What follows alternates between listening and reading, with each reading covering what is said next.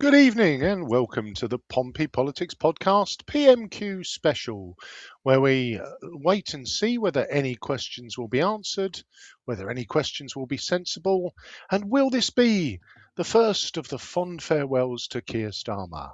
I'm Ian Tiny Morris.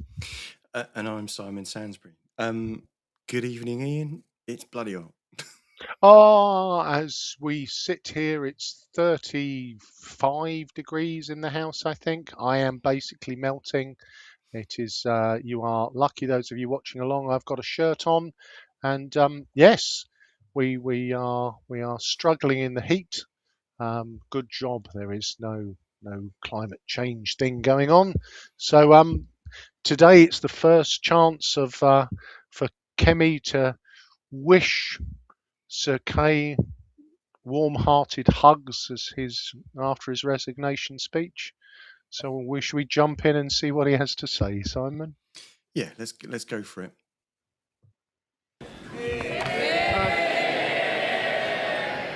Thank you, Mr. Speaker. Can I start by saying my thoughts are with all those injured in the rail collision last Friday.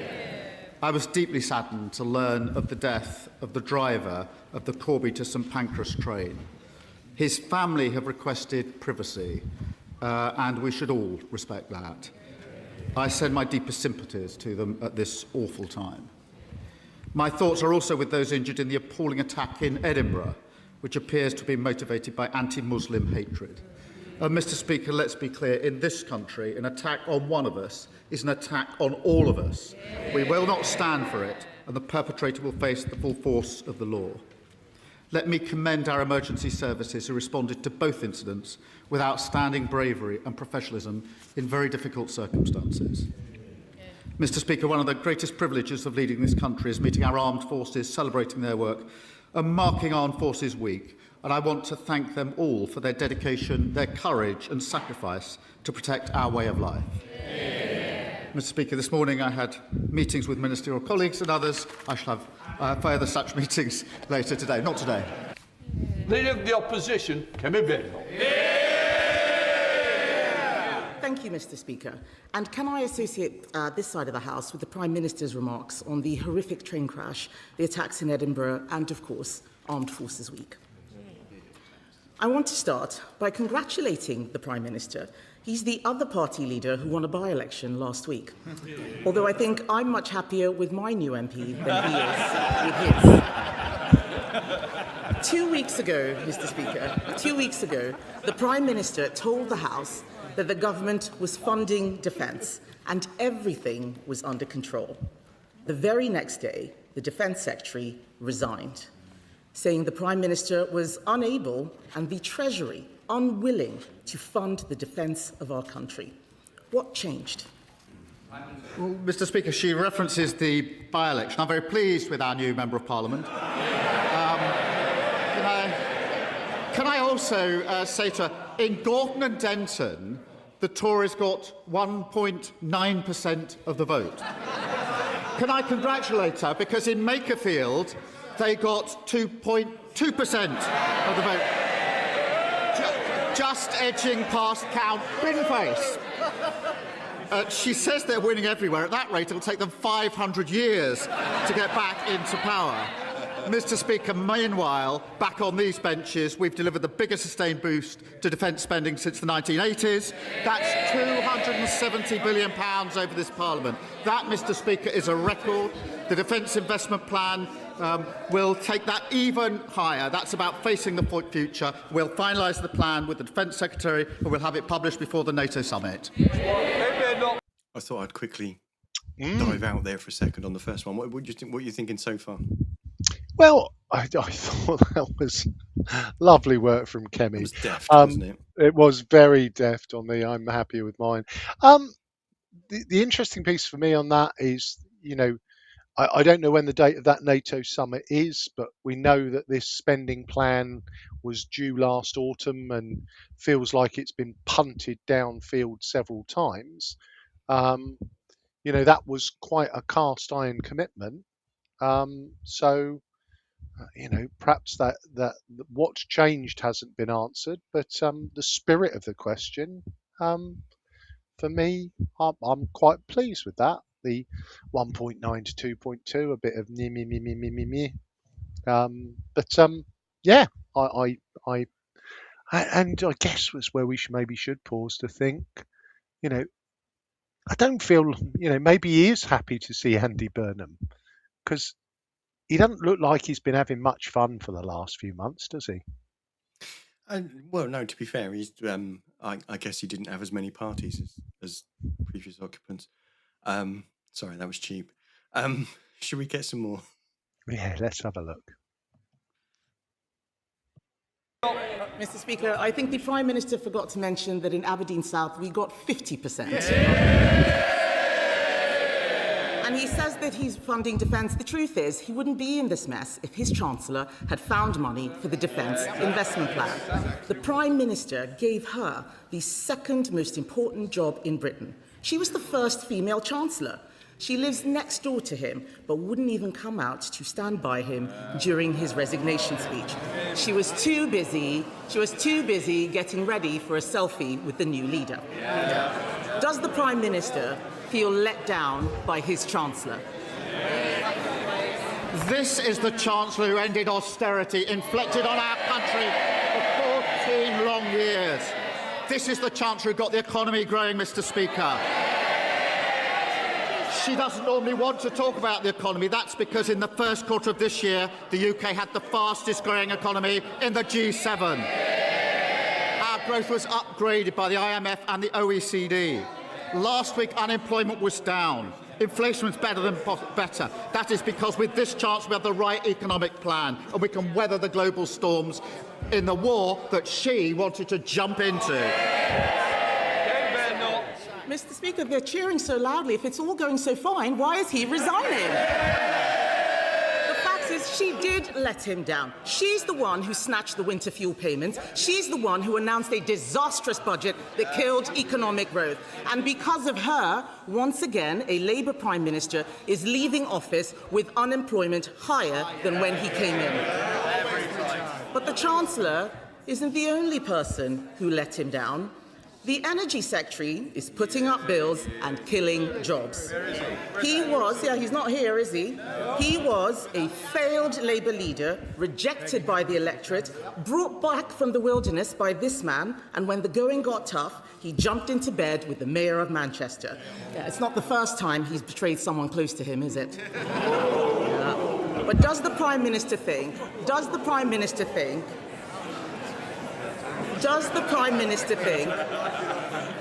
that this treachery should be rewarded by being appointed Chancellor? Mr. Speaker, the Chancellor and I picked up our party 6 years ago from the worst defeat since 1935. We turned it around and we made it face the country. And we won a landslide general election, giving them the biggest drubbing in their history. To this Chancellor, we've delivered the fastest fall in NHS waiting list for 17 years, with the money for new rights for renters and working people, and we're lifting 500,000 children out of poverty.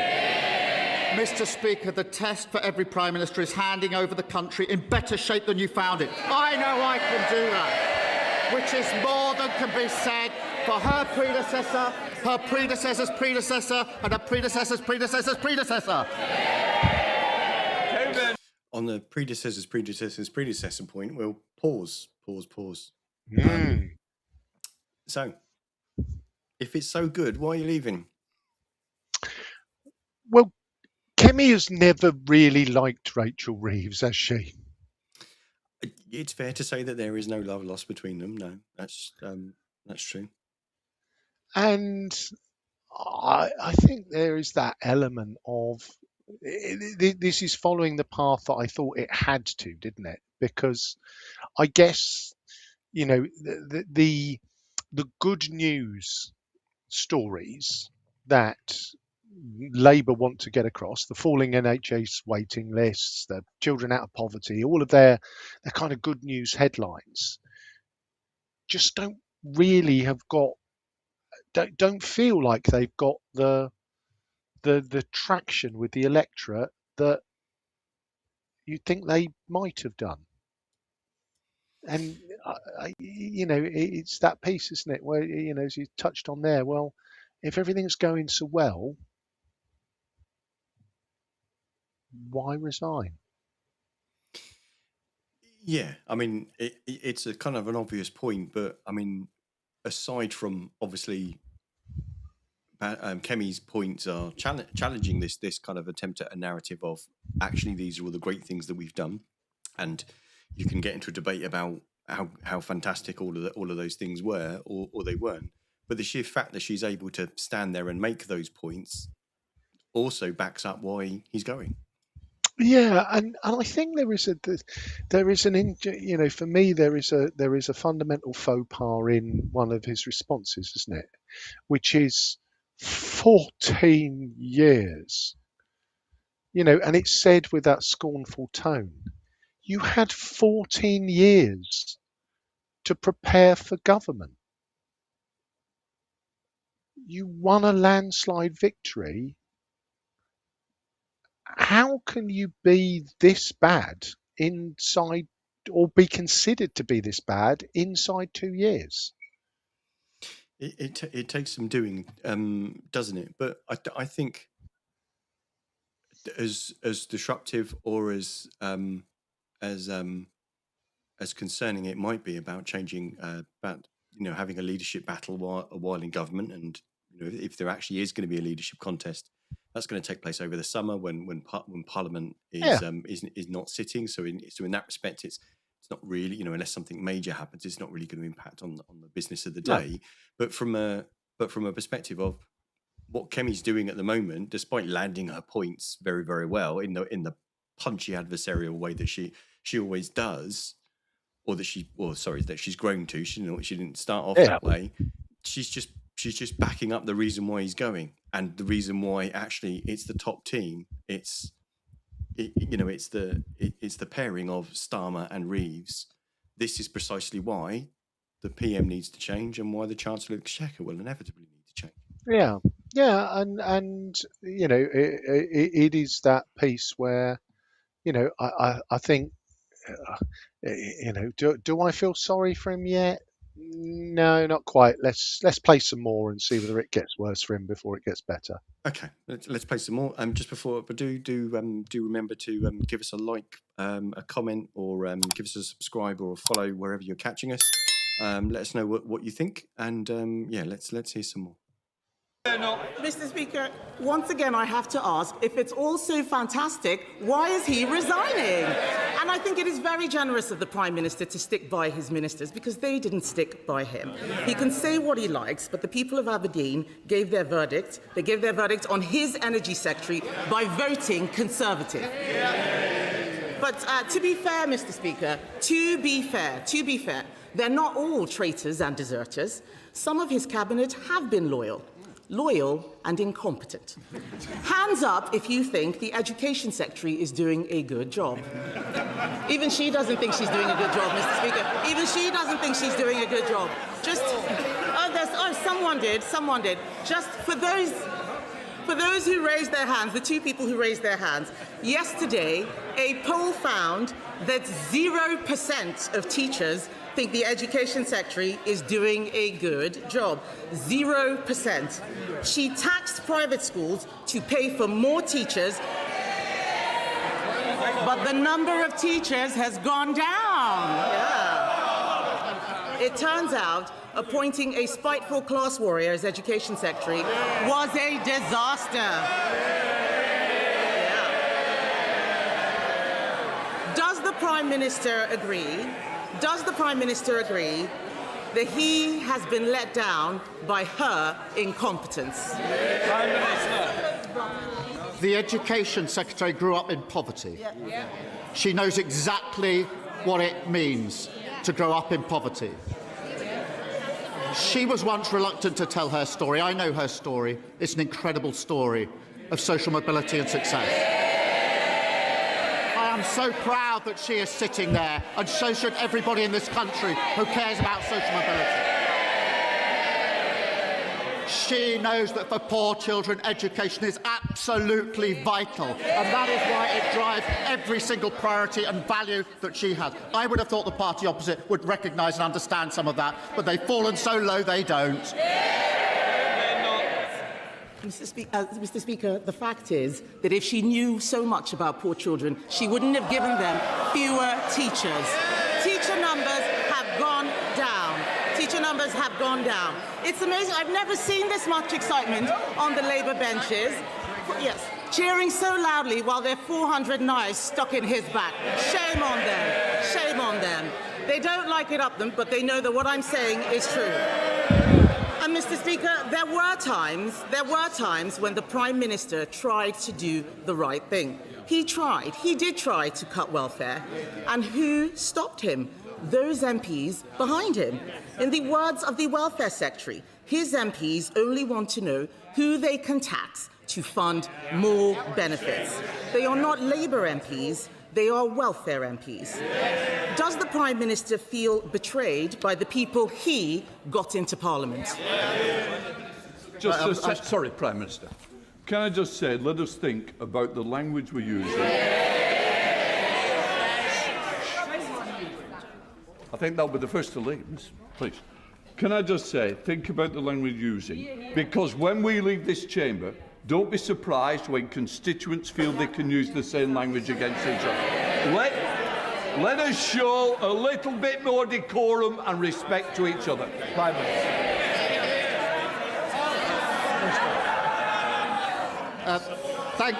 Thank you, Mr. Speaker. I was trying to do all of this with as much good grace as I could, but I shall certainly miss these exchanges. I'm very proud of every one of our MPs who, with a landslide Labour victory, coming from all different backgrounds, from all different places across the country. We inflicted the biggest loss on the Tory party opposite in the history of their party. We picked up our party, we turned it around. We had to address what went wrong. We turned it around. We won a landslide victory. She won't even address or even talk about their failure after 14 long years. I'm just going to pause on that one before just to give us a bit of a break. So, 14 long years. It was awful. 14 long years. Begs the same question. It just begs the same question, doesn't it? So why weren't you ready? Yeah, I hadn't seen that piece of research on the Education Secretary. I mean, Education Secretaries tend never to be very popular with educationalists. That's, I think that's been a truism forever. So, yeah, it's. But again, that would usually be something where, you know, traditionally that would have been a happy hunting ground for Labour. So yeah, it's difficult because there is that element of, you know, he's on the ropes, and she's in a particularly playful mood today, isn't she? There was even, did I even hear a Dad's Army quote? They don't like it up 'em. I think I did. I didn't connect what that was about, but I'm glad you put the context in for it. But it's. Yeah, I mean, at the end of the day, were we really expecting sensible or thought out or well-constructed answers that even combat the premise of the point that the leader of the opposition is trying to make? I mean, at the end of the day, if the number of teachers hasn't gone down, why aren't you saying that they haven't gone down and actually how much they've gone up by?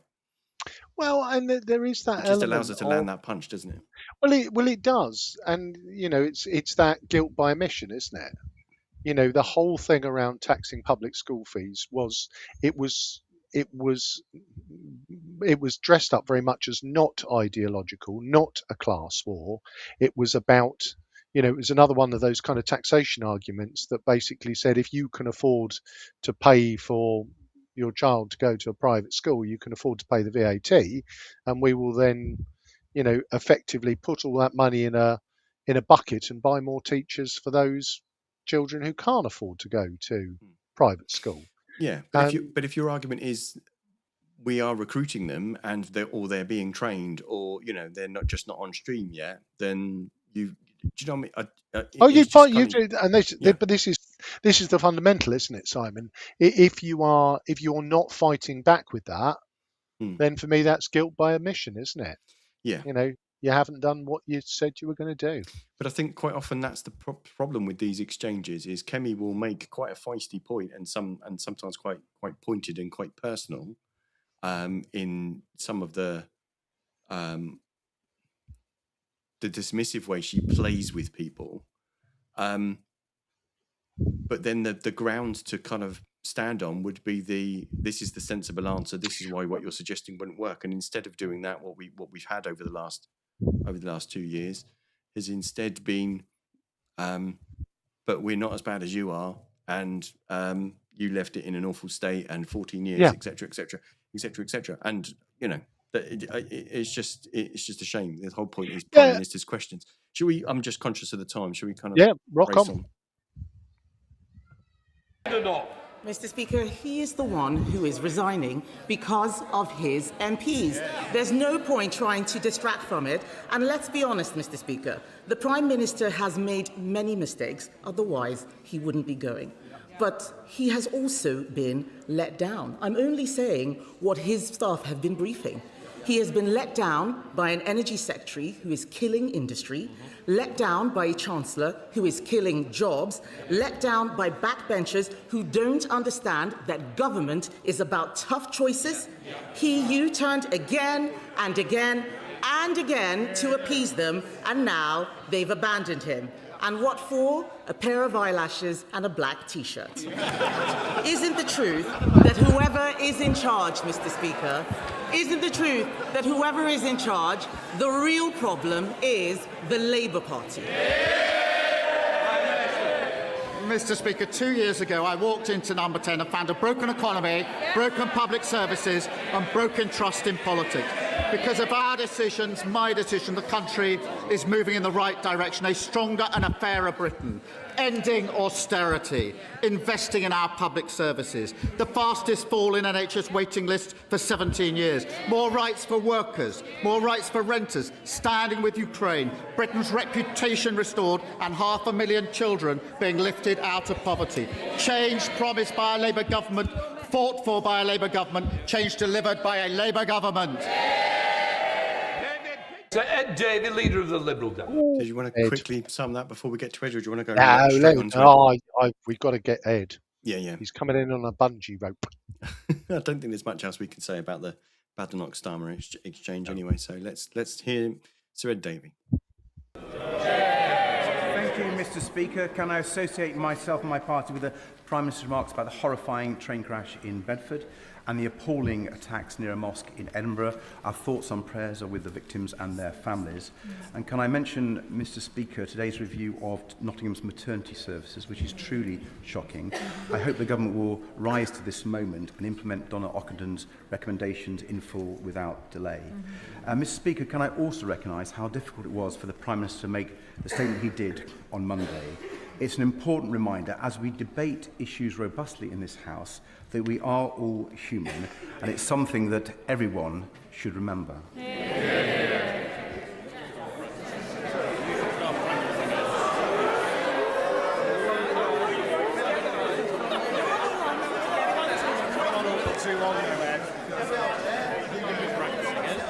Mr. Speaker, as we all know how hard it is when relationships break down with close friends and allies, when even our next-door neighbour barely speaks to us some of the time, has the Prime Minister's experiences opened his eyes to the need to rebuild Britain's relationship with our European friends and allies? Will he advise the right honourable gentleman, the member for Makerfield, to put his EU red lines in the past and adopt our plan for a new growth and defence partnership?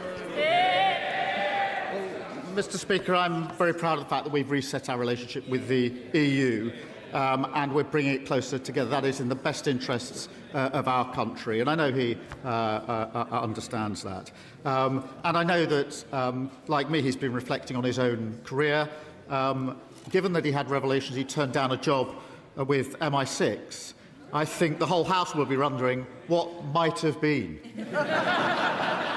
00 David. Sir Ed Davey. Mr. Speaker, it's very tempting to respond to that, but I've signed the Official Secrets Act. But I have to say on Europe, when history looks back at the Prime Minister's time in office, I fear that clinging to those old red lines will be judged a mistake. But, Mr. Speaker, moving on, as we swelter through this dangerous heat wave, we see the damage caused by extreme weather and climate change. Schools closed, travel chaos, lives at risk, massive costs to our economy and society. And with our Met Office already warning that future summers will regularly break 40 degrees at even greater human and financial cost, is he alarmed that some parties in this House still follow Donald Trump with policies to send temperatures soaring even higher? So will the Prime Minister warn his successor not to listen to Conservative and Reform voices and instead back our plans to cut bills and tackle climate change? Can I thank him for raising climate change, because it is one of the most significant challenges of our time, and the weather today reminds us just how important it is. And it used to be common ground across this House, actually, that climate change was the generational challenge, and common ground that the UK should be a leader globally on it. And I remember not so long ago the party opposite leading in the COP summit, something that we were able to support. It is a shame that in order to chase reform votes, they've changed their mind, and we haven't got that consensus across the House. But I will always maintain that we must be global leaders on climate change, and we always will be. I get that Davies' points were being made for different audiences, really, than for a sensible answer off of Starmer. But it just kind of feels like, does anybody really believe that the man coming in is going to really listen to the man that he's replacing or that he's ousted about policy decisions? Well, it's an interesting one, isn't it? Because Makerfield was a red hot Leave constituency. Yeah. So I think for the second week running, the please beg the EU to take us back, and I'm paraphrasing, it was Daisy last week, it was Ed this week. Yeah. It's not going to get any traction. So I'm, it's one of those kind of slightly pointless questions, of which we get many. But yeah, so can you brief the successor to follow the Liberal Democrat policies on the EU and climate change? Well, I can try, but I'm not sure he will, because he's probably going to follow his own policies on climate change. And, the climate change thing is that piece of, as we joked at the start, and I think I joked, the folk who claim it's not real, go and, go to the tinfoil milliner and put your hat on. How we respond to it, how quickly, what we do, how much the UK can make a difference to global warming, that is a whole other show in itself. But I don't think, in terms of the point of, should we let it slip off the agenda as I sit here gently marinading? Absolutely not. Okay. So I didn't quite know what to expect from today's PMQs. I think is this the penultimate one? If actually there is no leadership battle, then I wonder if Parliament will recess anyway. So in which case this is the penultimate PMQs for Starmer. I didn't quite know what to expect from today, given his speech on Monday, and that he didn't.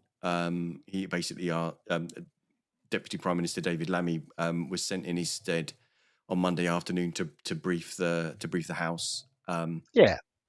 So there was a bit of me that almost kind of thought, is he not be funny if he's kind of like, screw this? Why should I bother putting myself kind of through that? In a sense, actually, he seems a lot more comfortable with himself now that he knows that the exit door is open.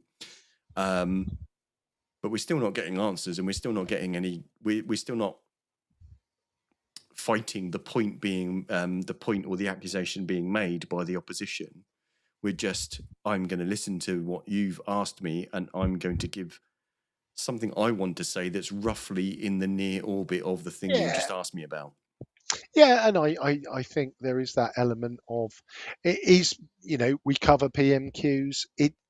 It's more theatre than it is, Oh, no, it isn't.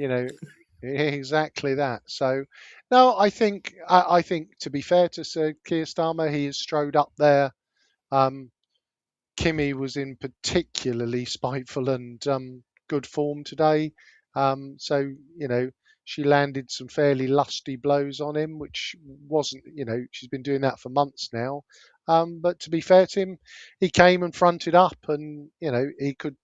At the end of the day, I don't think anybody would have judged him too harshly, although I'm certain it would have been called out if he had decided, you know what, I can find better things to do than take another battering from Kemi. So, on that bombshell, you've been listening to the Pompey Politics Podcast's PMQ special.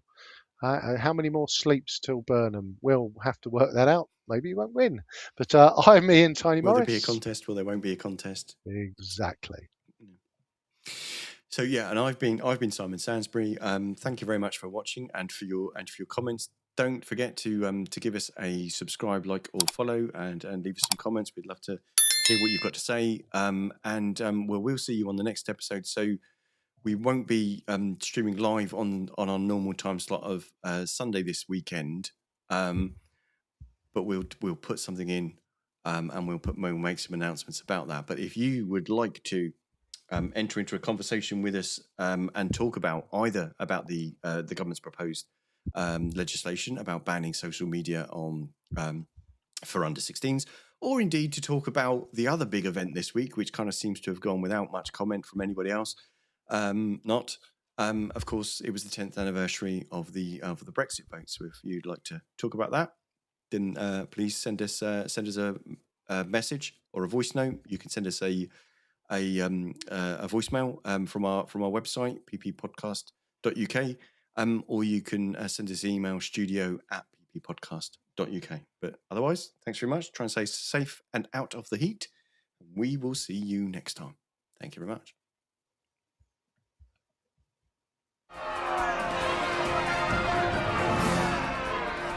Don't forget to like, follow and comment on Facebook, or comment and subscribe on YouTube. Find us on all the social media platforms: Facebook, X, YouTube, Threads, LinkedIn.